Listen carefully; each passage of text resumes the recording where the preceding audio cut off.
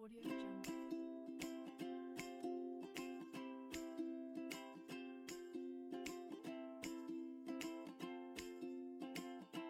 Audio Jungle.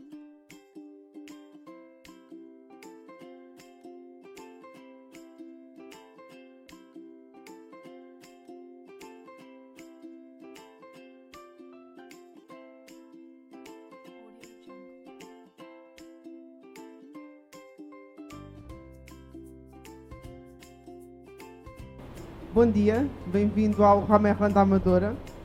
Estamos hoje aqui para a aplicação de pavimento flutuante.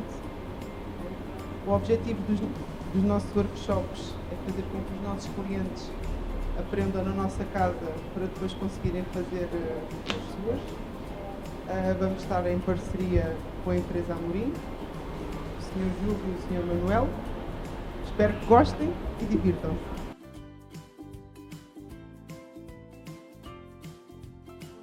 Os pavimentos flutuantes apareceram fundamentalmente a partir do momento em que a tecnologia permitiu que eles fossem trabalhados. A grande diferença de um pavimento flutuante em relação a pavimentos que anteriormente existiam, nomeadamente aqueles que eram pregados ou que eram pura e simplesmente utilizados diretamente, como cerâmicas ou como cimento, resultou fundamentalmente numa evolução tecnológica que permitiu a implementação do tipo macho e fêmea no encaixe. Uma das características fundamentais de um pavimento flutuante é que não está fixo ao chão, está apenas pousado. Durante o nosso workshop vamos trabalhar com um tipo de encaixe e estes pavimentos flutuantes, hoje em dia, a grande maioria deles são feitos em multicamadas, ou seja, não é um produto maciço, mas tem várias camadas, cada uma com o seu objetivo.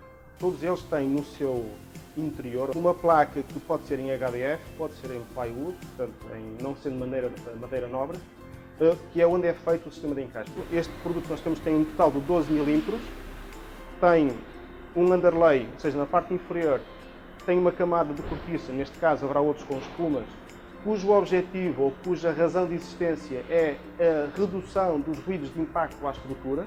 A parte inferior de qualquer pavimento flutuante que tenha algum tipo de underlay ou de manga acústica, o único objetivo dessa manga é reduzir o ruído de impacto, ao que vai à estrutura de edifício. Depois, tipicamente, o que existe é o tal HDF, o MDF ou plywood, que é a base onde vai ser feito depois o sistema de encaixe. E depois, neste caso em particular, nós voltamos a utilizar uma capa de cortiça de alta densidade, portanto não é cortiça tipo uma rolha que nós podemos trensar, mas aqui estamos a falar de uma densidade já muito próxima de uma madeira, portanto estamos a falar de algo que facilmente vai marcar. Depois, neste caso, colocamos uma folha de madeira real, ou seja, é a mesma madeira, não é uma impressão, haverá outros produtos em impressão, como vinílios, e depois em cima disto pomos uma capa de desgaste.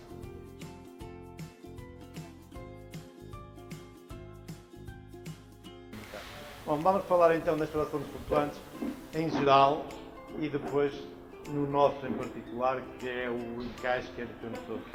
Nos pavimentos flutuantes, quando vamos instalar um pavimento flutuante, normalmente encontramos diferentes tipos de subpavimento. Quando eu falo de subpavimento, falo da base aonde eu vou instalar o meu pavimento. Eu tenho cerâmica, tenho pedra, tenho cimento, madeira, soalho ou até tipo costacos.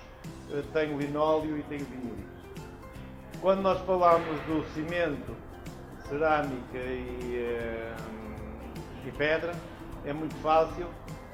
Manga plástica em cima, desde que esteja pulverizado, manga plástica em cima e, dependendo se temos ou não, se o pavimento já tem ou não a base, o underlay de cortiça, podemos instalá-lo diretamente. Se precisarmos de um underlay ou de uma base para redução térmica ou acústica, depois temos vários tipos de underlays.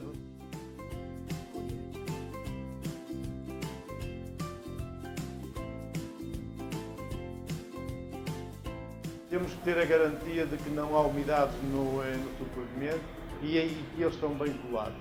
Se não houver umidade no subpavimento, nós podemos aplicar diretamente em cima desse pavimento.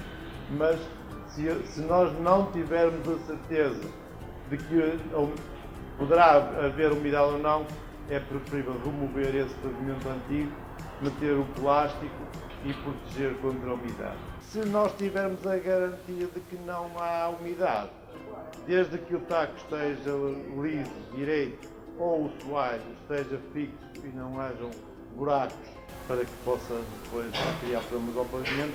Eu não recomendo meter plástico, ao meter plástico vou criar uma barreira que depois me vai criar umidade por baixo do plástico e criar cheiros e outros problemas. Portanto, quando nós vamos fazer a instalação de pavimento, a primeira coisa a saber é que tipo de tubo de pavimento, que tipo de base é que nós temos. E depois, a partir dessa base, vamos ver qual é a preparação que temos que fazer. Todos os flutuantes, quando são instalados em cima de cerâmica, pedra, cimento, é obrigatório a manga plástica. A manga plástica pode ser esta aqui, uma manga plástica com uma espessura de 0,20. Quando estamos a falar na manga plástica, a manga plástica obrigatoriamente deve subir nas paredes, como está aqui, 5 cm, no mínimo, em toda a volta.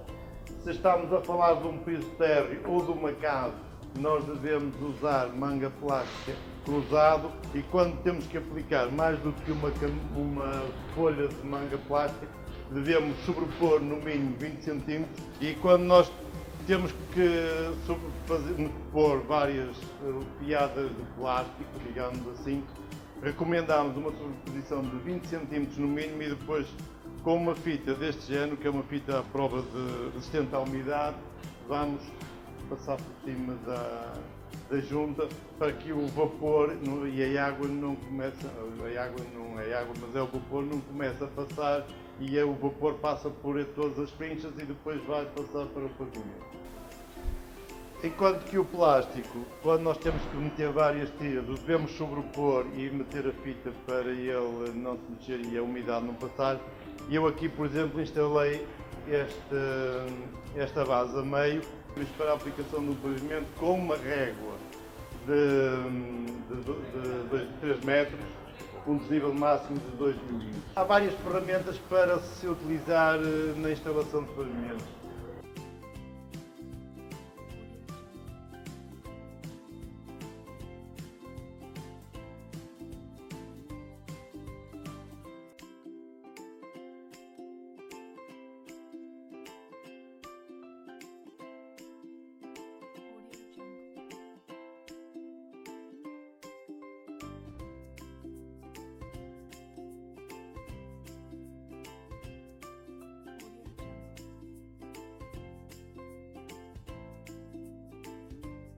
Os pavimentos flutuantes mexem, eles dilatam e encurtam conforme as temperaturas e umidades que nós temos dentro da casa ou do quarto. Para isso, nós temos que deixar ficar sempre uma junta de dilatação em toda a periferia, toda a volta da parede, colunas e objetos fixos. Portanto, há vários tipos de peças para fazer a junta de dilatação. Neste caso, temos estas peças que são de 5 mm, portanto, nós recomendamos 10 mm, vamos ter que usar 2 peças. E eu vou falar deste tipo de encaixe, que é um encaixe em que nós chamamos de instalação feita em ângulo. Nós temos que fazer primeiro um ângulo num sentido e depois fazer um ângulo no outro sentido. O que nós temos que fazer é ir à área que vamos instalar, vamos medir de uma parede à outra, medimos de uma parede à outra, dividimos a meio e chegamos do outro lado. Não é a mesma medida que deu aqui que vai ser igual. Vamos chegar aqui deste lado, voltamos a medir e voltamos a dividir a meio. E então, ou traçamos uma linha com um chalkline, que é um fio de marcar, tem um pó para marcar, ou então, como estamos a trabalhar com pavimento flutuante e temos plástico e temos muitas vezes a base, nós pegamos num fio branco ou de cor, com um sprayinho, e vamos pôr uma linha junto à parede mais direita. Podemos ver se a parede está direita e podemos começar encostado à parede. Se a parede não estiver direita, nós começamos a partir dessa linha para a frente e depois fazemos o remate à parede. A escolha da orientação das réguas é uma pergunta importante. Nós dizemos que deve ser sempre perpendicular à entrada da fonte principal de luz.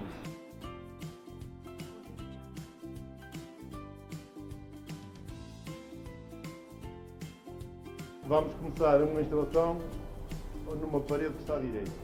Então, esta é a minha primeira régua. Eu vou pousar no chão e vou colocar as peças para criar a junta de dilatação. Eu vou colocá-la aqui, vou colocá-la atrás do plástico para elas não me caírem. O espaçamento recomendado é 1 cm entre a parede e o início da placa. Agora, eu tenho aqui a segunda régua e eu vou ter que cortar a segunda régua. Para cortar, tenho uma fita métrica, tenho um lápis e vou medir da parede até ao fim ao início da minha régua. A serra circular, eu já tenho, aquela serra circular já tenho um laser e eu não preciso de marcar. Chego lá, ponho e corto. Se eu não tiver aquela, vou com uma serra tipifica, a única coisa que eu tenho que fazer é marcar a linha para encaixar a segunda e eu vou fazer um ângulo, fazer força neste força, pressionar neste sentido e baixar. Para encaixar eu vou fazer e vou pressionar e fazer. Vamos então à segunda régua da segunda fiada que depois se vai repetir durante toda a instalação.